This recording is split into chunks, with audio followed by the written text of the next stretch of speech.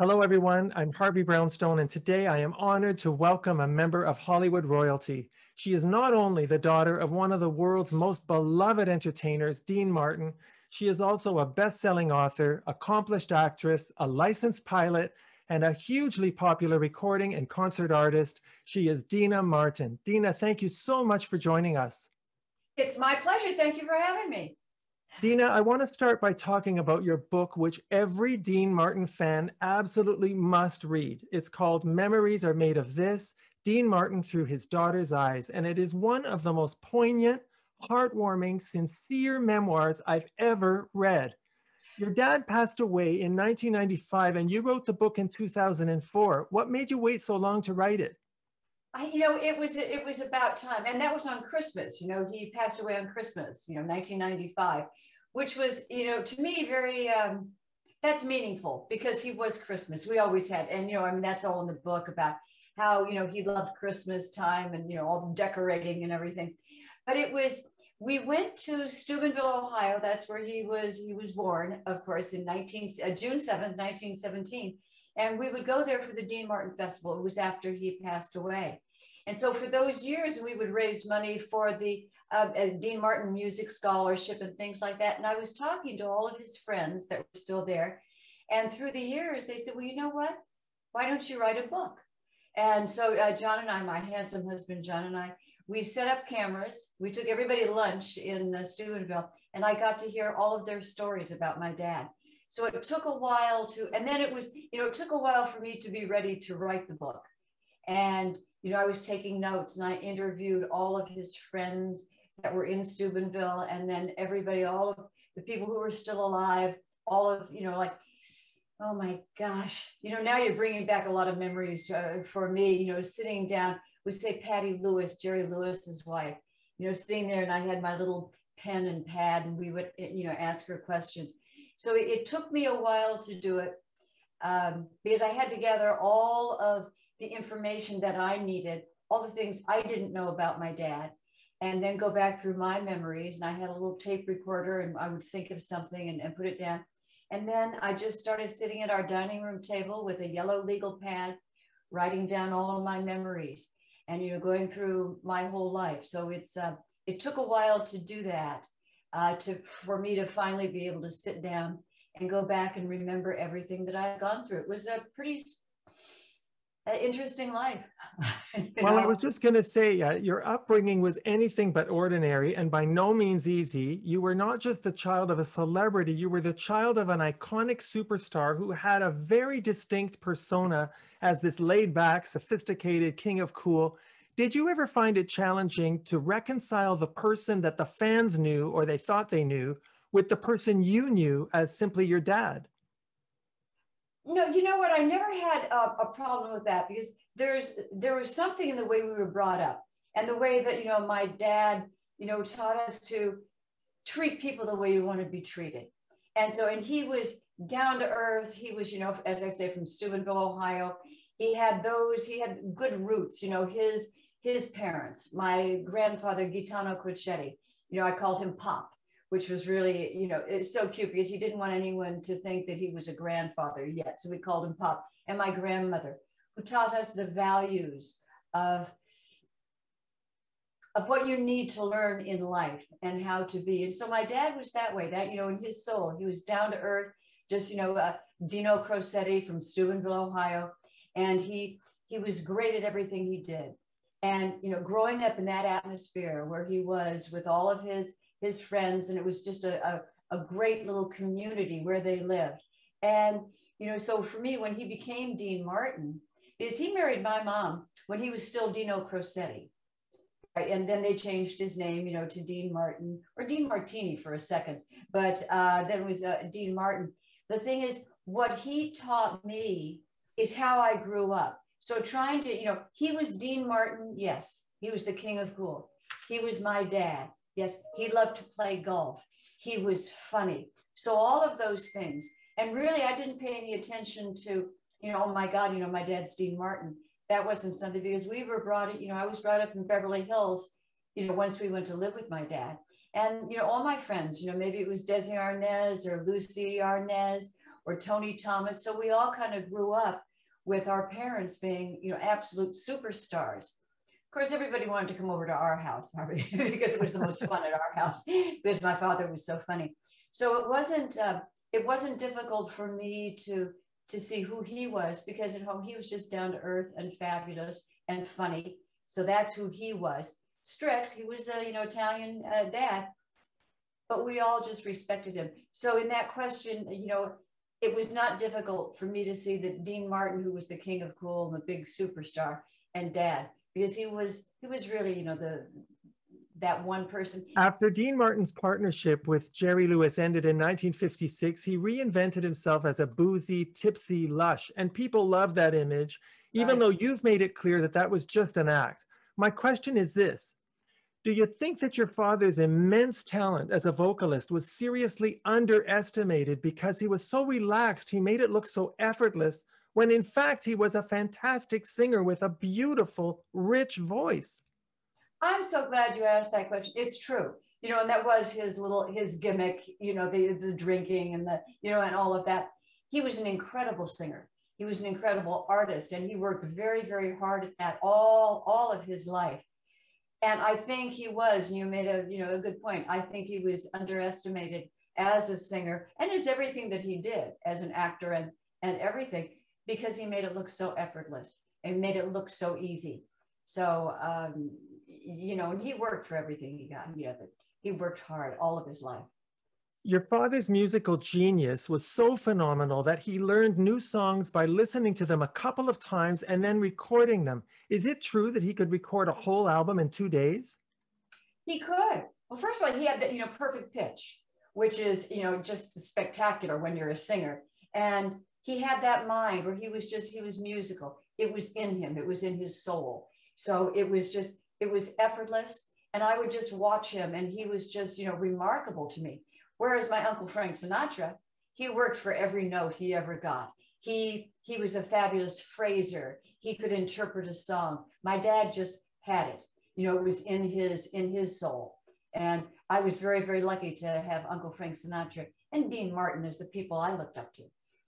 You were actually present as a child at the Capitol recording studio to watch your dad record the iconic song, Memories Are Made of This. What was that like? Oh, it was breathtaking. I went with my mom, and going to Capitol Studios and that beautiful building. You know, I mean, it's so beautiful and it's iconic. So going there and walking down the hallway, and it's still like that today. When, you know, when I was recording, you know, a lot of my albums there, just walking down that hallway to Studio A with all the photographs of, you know, Judy Garland, Dean Martin, Nat King Cole, Bobby Darin. I mean, they're all right there. And so you're walking into Studio A. When I was a little girl, I couldn't even see the photos, you know, that well. And so I'm not that much taller now, but walking down there, sitting in that little chair, my feet didn't even, you know, touch the floor.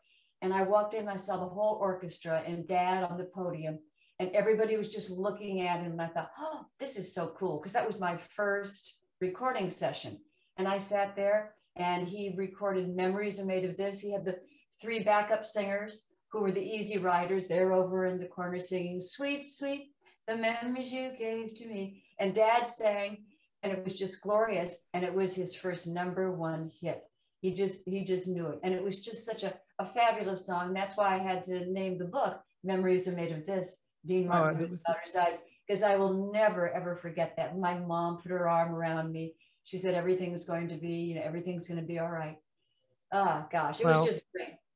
That's a real memory, I'll tell you. You also got to see the Rat Pack live on stage at the Sands Hotel in Las Vegas. Could you tell that you were watching show business history in the making? I could, because, you know, I'm sitting there. Of course, we were, you know, right in the front row, and, you know, the lights would be out, and then you would hear the announcer say, ladies and gentlemen, the Sands Hotel is proud to present the star of our show, direct from the bar, Dean Martin. And then my dad would walk out in the tuxedo, and he was so cool. And he would sing, and he would joke, and the audience around me would go, oh, there he is. So, oh, there he is. So they were all excited. I was excited. He was just, you know, my dad, but looked so handsome. Of course, he always looked handsome. And then out came, you know, Uncle Sammy and he came out and he sang and danced, and then Frank Sinatra, and they got along so well. It was, you were so happy to be there, everybody, because you felt like you were in their home.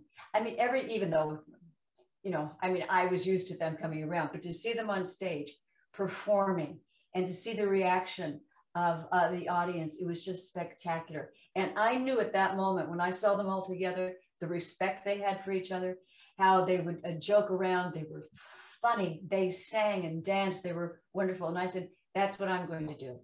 I knew right then at the Sands Hotel in the Copper Room that that's what I wanted to do. I want to touch on your dad's movies. He made 60 movies, and in some of them, he played really serious roles where he demonstrated outstanding talent as an actor, like in films like The Young Lions, Some Came Running, Rio Bravo, Toys in the Attic. Why do you think he didn't do more of those serious roles? You know what, maybe he wasn't offered them. Because he was so good at those. And, you know, and for Dad, you know, when I think about it, you know, he had so much to do in his life. How he did, it was a remarkable career. And he loved to play golf. All right, so the thing is, you know, he would choose a script. He was nervous about doing The Young Lions because it was with Montgomery Clift and Marlon Brando. So he was a little nervous. And I think that was his first, you know, 10,000 Bedrooms was the first after he broke up with Uncle Jerry. And so, you know, that was a little scary for him. But he, you know, he didn't know if he wanted to do The Young Lions, but he was so spectacular in it. Oh. And then, you know, and Some Came Running, I think he was absolutely brilliant. What a fabulous movie that was. Toys in the Attic, as you said, you know, he had so much more to him than I think what the world knew, because, you know, he was just, you know, easy and laid back, and he didn't care about PR. In fact, there's a funny story about his PR agent. It was Rogers and Cowan, and he would never call him to have him put, you know, anything that he did, you know, do any public relations for him, except for one time, actually twice. Once when he got a hole-in-one when he was playing golf, he said, please put that in the paper to Warren Cowan. And then he was very upset with Billy Wilder because Billy Wilder had said that all actors are idiots or something like that. So then he took out a page in the Hollywood Variety to say that wasn't right. But there was something about my dad. He took his work very seriously. He learned what he had to do. He didn't want to rehearse, but he would be up there. If there was a script, he would be up in his room at 601 Mountain Drive, learning all of his lines. And in fact, later on in life, he would tear every page up that didn't have his lines in it, because the movies started getting easier with the Matt Helm movies and things like that. Because he just really didn't, I think at that time, he didn't want to take the time to worry about that. He was more into double takes, you know, and those Matt Helm movies were great. All, you know, he was different from anyone I've ever met, because he could be in England dining with the Queen. And then he could come back to, you know, Las Vegas and sit around with the busboys in the back, having, you know, something to eat with them.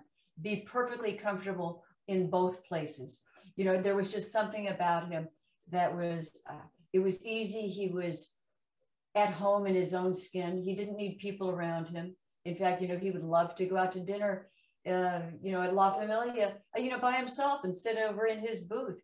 Because, you know what, all of his life he was talking and entertaining. And people would say, how sad, you know, maybe that, you know, there he is sitting all alone. He wanted to be out where people were. He wasn't alone. He, you know, and I'd say, Dad, you know, can I come have dinner with you tonight? He said, sure, come on over. Just, you know, not a lot of chit chat. He said, I don't mind the chit, it's the chat. You know, he was an amazing guy.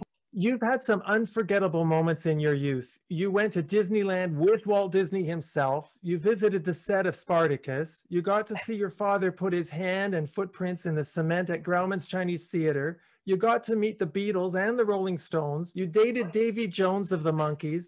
You appeared in an episode of their show. Looking back, do you find it sometimes hard to believe that you did all that? You know, I do, and that's one of the reasons I like to sing My Way, because you know, that song is so perfect for me. You know, and I'm thinking, you know, it was Frank Sinatra, but to think I did all that, you know, it went like that. You know, your life is just, you know, I had no idea it would go that fast, and so doing all the things that I have done, it brought me to where I am today, having this, fabulous interview with you. Unbelievable with social media that I can sit at home and talk to you. It's, about what an incredible life I have had, and the joy that my father, being Dean Martin's daughter is just, extraordinary. But the joy that he has brought to people all over the world is just spectacular. So, yeah, to think I did all that, it's pretty amazing. It sure is. By the way, speaking of the Beatles, I think it's amazing that your father's song, Everybody Loves Somebody Sometime, pushed the Beatles song, A Hard Day's Night, off of the #1 slot in the charts. Your dad must have been thrilled when that happened. He was so thrilled. I mean, we're all thrilled. In fact, I just got chills, when you talk about that, because he was, Elvis couldn't do it, couldn't knock the Beatles out. Frank Sinatra couldn't, nobody could. So Dad knocked the Beatles out of first place in 1964, and he sent out 2 telegrams, one to Elvis and one to Frank Sinatra, and it said, I did it. My dad would never brag about anything that he did, because that's just not who he was. But he was very excited. And boy, what it did for him and for the world. That song still, this was in 1964, and it's still to this day, everybody knows that song.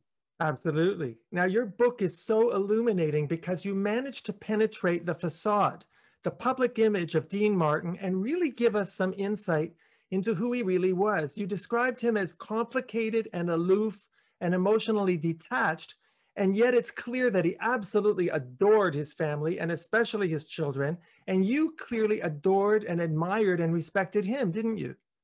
I certainly did. And that was something that we learned. We all respected him, my brothers and sisters, everybody respected my father. And there was just something, and he, in fact, I have to tell you, if we would do something wrong, he would take us into the den. Oh no, not the den. We're going into the den. Like if I had done something wrong, and my brothers and sisters would say, uh-oh, when Dad gets home tonight, you're going into the den. So, oh no, not the den. What happens in the den? So you go and sit down, because you would say, okay, Dad's coming. Go sit in the den. And then Dad would walk in, close the door, and he would point. He'd say, okay, Deana, tell your mother I was really tough on you, okay? I said, okay. The tears are coming down. And then he'd say, and never be late for dinner again. Okay, I love you. And then he'd walk out. So there was, and I promise you, I have not been late to dinner since that time. Okay, I was 13. So I mean, like 70 years or whatever, 60, 50 something years, I have not been late to dinner. And that's all he had to do. Now, you know what? So the den was not a horrible place, but, all of your, to have yourself, to be frightened and to be respectful and to know everything was going to be okay. And just, that's all he had to say. Tell your mom I was tough on you and don't ever do that again. And, we were all good kids. I'm amazed that he was such good friends with Frank Sinatra, because Frank liked to party all night and your dad was the opposite. He liked to go home, get to bed so he could play golf early in the morning. Isn't it kind of weird that they were such good friends? I kind of, but see, Frank Sinatra, God, he loved Dean Martin. I'm pretty sure he wanted to be Dean Martin. And Dad was so cute. They'd say, he'd say, well, Frank's the leader. Frank's our leader. My dad didn't want to be the leader. He wanted to, as you said, get up early, go play golf. Then he would come home about 5:30, 6 o'clock. You would hear him walk in the back door. He'd come in, he'd have a glass of wine or a martini with my mom, and they would have their, hour together before dinner. Then we'd all sit down and have dinner. All 7 kids, and my mom and my dad, and we'd have a great dinner. And then he would go upstairs, if he had to, get up early the next day to learn a script or whatever it was. It was just easy. He liked being home, watching, old Westerns or movies, and that's who he was. He did not want to go out and party, No. So that was not him. Another thing, your father was also an incredibly kind and generous man. He helped many people without fanfare when they needed help. I was so touched when you wrote about how patient and supportive he was with Marilyn Monroe on the set of Something's Gotta Give, her last movie that was never finished, and she was in such rough shape. Your book really helps us see what a special man he was, despite the aloofness. Do you really get that by writing that amazing book, you brought all of his fans closer to him? I believe so. And, you know, and I'm getting chills again while I see this because, you know, I wrote the book and it was tough. There was a lot of, you know, a lot of tough parts, you know, that happened in my life and in everybody's lives. You know, it's not just a story about Dean Martin and Deana Martin. It's about life, and it's a father-daughter, and it's about relationships with everything. And we all go through all of this in our lives. There's marriages, there's divorces, there's you know, birth, there's death, there's a lot of things that happen in everybody's life. And when people would come up to me after they read my book, they come up to a concert and I'm, you know, signing autographs, and they say, I read your book, I couldn't put it down. Oh my God, you know, I laughed, I cried. And then they, you know, and it could be a 75-year-old man, or it could be a 13-year-old, you know, young lady. They all loved it. It touches everyone because it goes through everybody's lives. You know what, we're all alike. I was, you know, very, very lucky to have Dean Martin as my dad, but you still go through the same things in your life. And so it's been remarkable, how it has touched people's lives, and, you know, beyond anything that I ever could have hoped for. And I know that Jerry Lewis said, you know what, Deana, when I said to him, I said, would you please write the foreword? He said, send me the book. I said, all right. So I sent it to him and he had it to me the next day. He said it was just remarkable. And, you know, in the beginning of the book where I say, you know, when people ask me, you know, what my name is, and I say, you know, I'm Deana Martin, they say, any relation? I say, yes, I'm Dean Martin's daughter. And they say, well, you know, was he a good father? I say, no, he wasn't a good father. He was a good man. And people, you know, they don't understand that. And I said, well, you know, he wasn't there, you know, to drive me to school or to, you know, do my homework with me. He was home. He was a great dad, you know, but as people are thinking, you know, now being a father is different. You know, the times have changed. He was a great dad. He was fun to be with. He always provided for all of us. And, you know, when he said to me, he said, Deana, you know, the reason why I work is so I can pay for you kids and play golf. You know, so, I mean, he was complicated. He was, you know, he's a Gemini. And so that's two different, kind of like two different people. He's perfectly happy out with people, chit-chatting, entertaining, and perfectly happy at home to be quiet, you know, with his family or just alone. Do you think your dad would have approved of the book? I think he would have approved of this book. You know, years before, I was going to write a book, and it was going to be called Dad's Rich, I'm Not. Because I was going out on, I was going out on, you know, cattle calls, you know, and trying to get parts and you know, working, and I would get down, and maybe it got down to 2 people, you know, as I say, casting calls and cattle calls. And then they said, well, you know what, Deana, we're giving it to the other girl. And I said, well, why? You know, I said, we're both good. And they said, well, you don't need it. Your dad's Dean Martin. Oh. So then I thought, oh, okay, all right. So then I thought, well, you know, I'm going to write a book called Dad's Rich, I'm Not.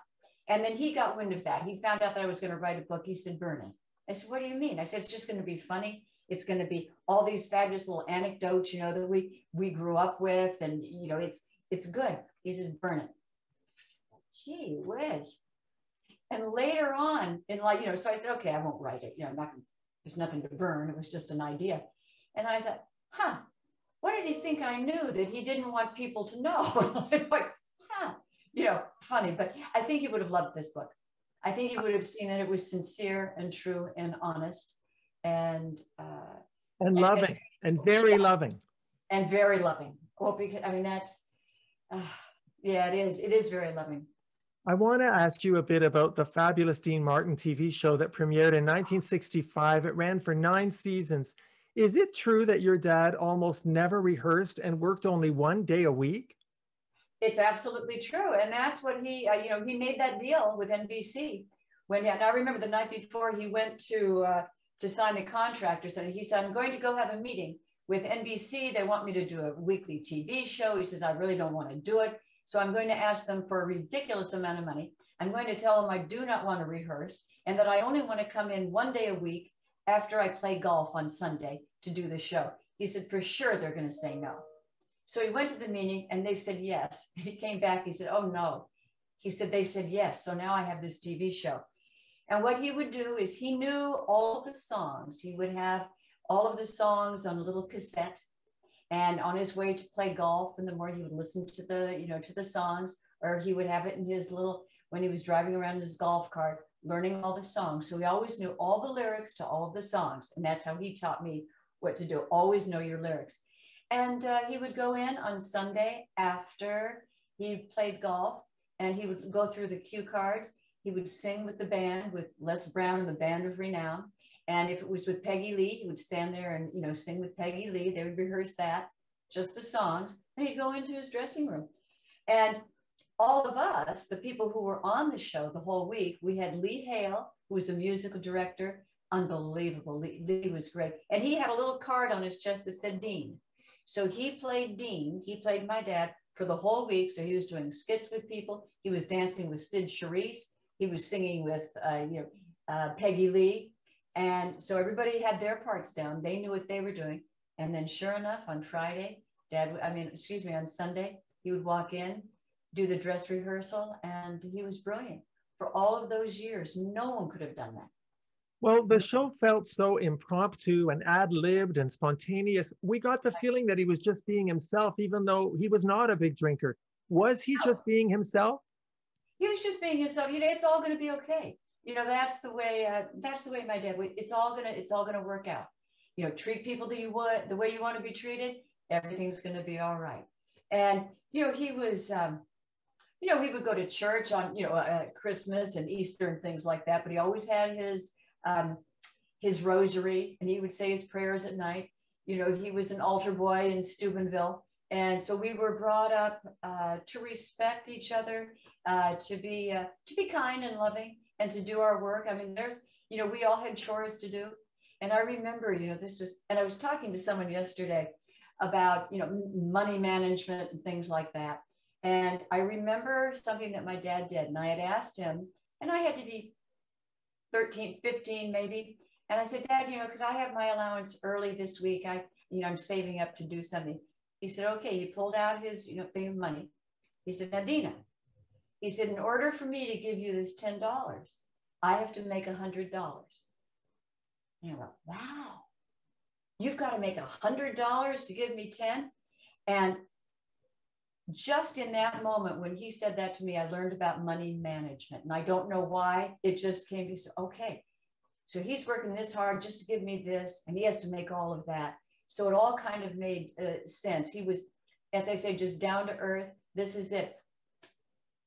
I will give this to you. But I had to work for my money. He had to work for his money. And, it was pretty remarkable. It's still to this day, I'll never forget that. I have to make $100 to give you this 10. Well, just talking about working for your money, let's talk about your career now. You're a wonderful singer, a consummate performer. I love your live performances on Facebook. I have 5 of your albums. They're a real celebration of the American songbook. Is it true that your father told you not to take voice lessons? Well, he said, he didn't understand. He had such a gorgeous voice. It was, as I said, natural, for him. And, I said, I'd like to take voice lessons. He said, why? You want to sound like everybody else in the choir? And I said, well, Dad, not everybody has that voice that you have. It's so easy. He said, well, first, start singing, find your own style. And then you want to go back and, and learn with, techniques and things like that. Then that's something different. I remember asking, Frank Sinatra. I said, we were on the Deana Martin show. It was a Christmas special. I'm standing there. I look up. I said, so Uncle Frank, how do you do it? How do you sing? He said, I've taken a big breath. It's all about the diaphragm. And I push, and I can tell even before a note comes out if I'm going to be on pitch or not. I said, really? Does my dad do that? He says, no. Your father has no idea what he's doing. He just does it. And so that's how my dad was. Frank Sinatra, as I said, he's worked for every note. So I have, of course, had many, many voice lessons. I study and I work because I just wanted to be better. But my dad, he just had that glorious voice, and it was simple and easy, for him.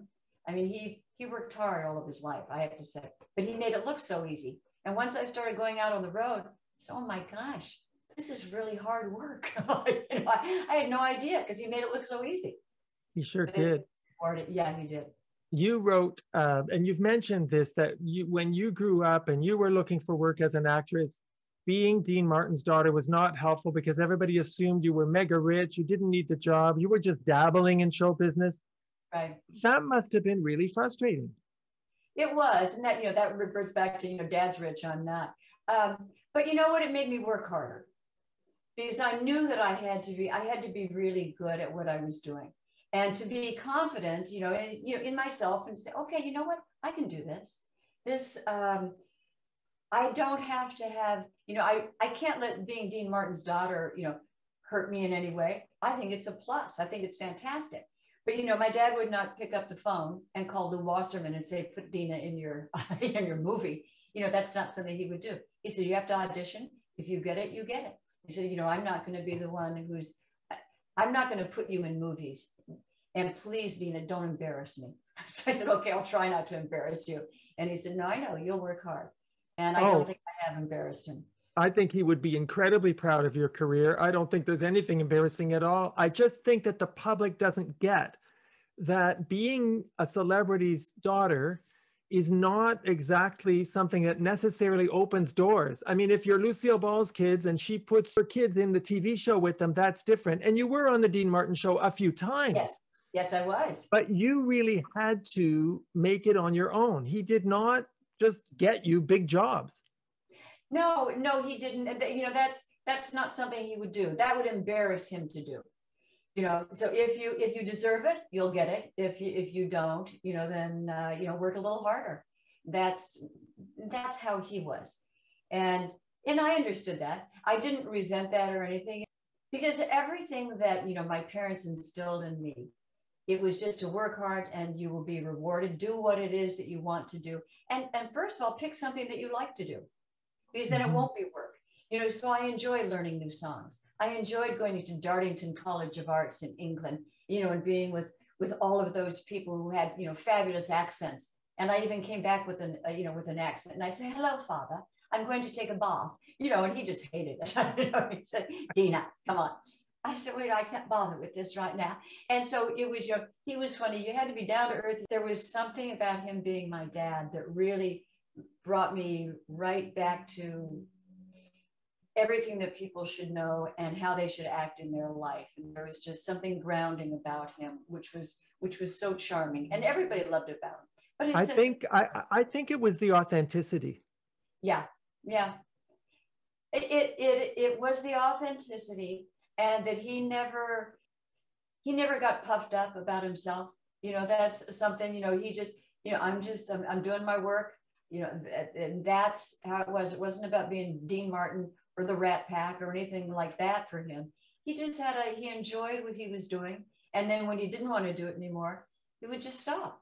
And it didn't, I remember the Together Again tour that they did. It was Dad and Frank and Sammy, and it was Together Again. My dad went out on the road with him, and he said, you know what? I've done this. I just don't want to do it anymore. He didn't need that, the applause every night. And he just said, I've done it. Let them go on. I think Liza, filled in, and she's great. So that was good. But they just didn't want to do that anymore. And I understood that. And, I get tired too. I want to ask you about a very special moment that's really burned into my memory. On Labor Day 2002, you and Jerry Lewis sang a duet of Time After Time on his telephone. It was Martin and Lewis. So incredibly moving, really pure magic. Can you just tell us a bit about that experience, Deana? I could cry right now just, thinking about that, because I remained friends all, with Jerry. In fact, I was born in New York, and on August 19th, and my dad and Jerry were in Los Angeles playing at Slapsy Maxie's. So they weren't there when I was born. So they came back to New York, and that's when I met them both, which was amazing. So I stayed friends with Jerry through all the years that they had separated. And, where Dad didn't even want to, talk about Jerry Lewis, but Jerry just adored Dean Martin. And when I was going to write the book, I called Jerry and I said, I'd love to come down and talk to you because I'm writing a book about Dad, my life. He said, please come. So John and I went down to the boat. He has, the boat in San Diego called the Samantha. And when I walked out onto the pier, and he's there and he has on his little shorts, and I hear, lady, and I turn around, there's Jerry. And he was big because he was taking the prednisone right then. And he comes up to me and he puts his hands on my cheek and he's got tears in his eyes. He said, I see my partner. Oh, so we went into the, boat. We're on his yacht and we're sitting there and I'm asking him questions. And he started playing Time After Time. It was a recording that Vinnie Falcone had done for him. And he was singing Time After Time. So I started singing with him and harmonizing with him. And he stopped and he said, oh my God, he said, you've got to come on the telephone. We should do that together. I said, that would be great. He said, and it'll be Martin and Lewis together again. I get chills when I think about that. And so sure enough, he picked up the phone. He called, the MDA. He told him, I want Deana Martin on there. And the set that he did, he had all the photographs of, Dad, Martin and Lewis and everything. And we went on and I sat there singing with him and I could hardly get through the rehearsal because imagine it's, the telephone goes on and on for hours and hours. And all through my life, I had watched the telephone, watched the tote board. When you'd see, the people come out in their tuxedos and little bow ties. And by the end of the day, the tie is off and, the tote board is putting things up. So it was such an honor for me to be able to be there singing Time After Time that was written by Sammy Kahn, who is an old family friend, and to sit there with Jerry Lewis and sing. He could hardly get through it. There's tears in his eyes and I could hardly get through it. But man, what a moment for me and for everyone. People still remember that moment. But just sitting on the boat singing with him and he got that idea and he made it happen. Deana, you've done a great deal to keep your father's legacy alive. You've done it as a performer and in your albums. You did it with the book, and you got the state of Ohio to pass a law making June the 7th Dean Martin Day. I love that you're so proud to be Dean Martin's daughter, but you forged your own identity as an entertainer too. I hope you know how special you are. Well, you know what? I don't have time to think about how special I am. My husband tells me I'm special, and our kids, and the grandkids. I don't think about that. I think about doing better the next time, learning a new song. And, I tell you, doing this Facebook Live show every Friday has been, last Friday it was 57 weeks in a row that we've been doing it. Hundreds of thousands of people watching it. I think 16 million people have seen the show. I'm one of them. I know. Thank heavens. I'm going to have to dedicate a song to you this week. Thank you. And I'll mention that we did this show, but it has been so remarkable for me. A lot of work. I mean, it's so much work. Picking out the songs, learning the songs, and getting all of the responses and comments from the people. And they're asking me to maybe sing this song, or sing that song. And them telling me their memories of Dean Martin. So it's not just for me, singing and entertaining people, but the whole reason why I did it was because people are so confined. Maybe they're, stuck in their one little room and, with the COVID thing and everything. So it was my way of giving back to them. And who knew it was going to go on for this long? But it's been remarkable for me. And I think it's been, so amazing for everybody around the world. I actually hope that you put all of those performances in one DVD so that we can get them. It's a real concert. It's very intimate. Your warmth, Deana, comes through on Facebook so incredibly. I just think that's just a lovely thing that you do. I look forward to it every Friday. Oh, well, thank you so much. You're going to love the songs this Friday. I may have it, let's see, The Show Must Go On, Paradise, Ain't That a Kick in the Head, Stuck in a Dream, that's from my Destination Moon album, Time After Time. I'm doing Time After Time with Jerry Lewis. And then Tennessee Whiskey, La Vie en Rose, Nothing But the Best, Someone to Watch Over Me, and Everybody Loves Somebody. I don't know how you have time to do these interviews when you're preparing all these songs. I don't, but I know. But you know what, for you, we absolutely were going to do that. And well, thank you. Deana, I know your time's limited. I just want to say to you, in your book, you described your father as, and I'm going to quote you here, the sweetest man in the world who had a unique aura and was brilliant at making everyone around him feel good. Well, Deana, just in case you didn't know, you inherited that same quality. Oh, thank you so much. You know what? And it's true. That's who he was. And you felt comfortable around him. He made everybody feel comfortable. And he made me feel very, very comfortable. You know, I mean, he was my dad, but he was the king of cool. Well, Deana, thank you so very much for sharing this time with me and our viewers. And thank you for sharing your father's legacy. And thank you for sharing your musical talent with all of us. Please come back anytime. You're always welcome. Well, thank you very much. And we will, because, you know, we're going to be working on a new album. I think I'm going to do a country one. And because of all those, you know, Send Me the Pillow. And of course, I did Tennessee Whiskey on my Swing Street album. But there's something about country, you know, Dad loved that music. And so, you know, people have been asking for me to sing some of those, you know, like Houston and Gentle on My Mind.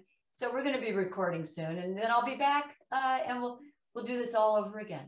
I sure hope so. I want to thank you, Deana, from the bottom of my heart for being on the show. Harvey, thank you so much. It was fun. Your questions fabulous. See, now you did your homework. You're amazing in what you do. It was an honor to be well prepared for you. You deserve that. And your father deserves it. I think so. You know, God, you know, I'm putting that picture of, you know, there it is. So we have that beautiful book. Look at that picture of him. He was just gorgeous and cool. And I think that's a Mad Helm outfit. I was probably doing a Mad Helm movie, you know, when he had that, the turtleneck, and that's who he was. But I enjoyed it very much. Thank you. My name is Harvey Brownstone. Our guest has been the incomparable Deana Martin. Thank you to our producer, Steve Silver. Thank you all for joining us. See you next time. Be sure to check out more great interviews with Harvey Brownstone on harveybrownstoneInterviews.com.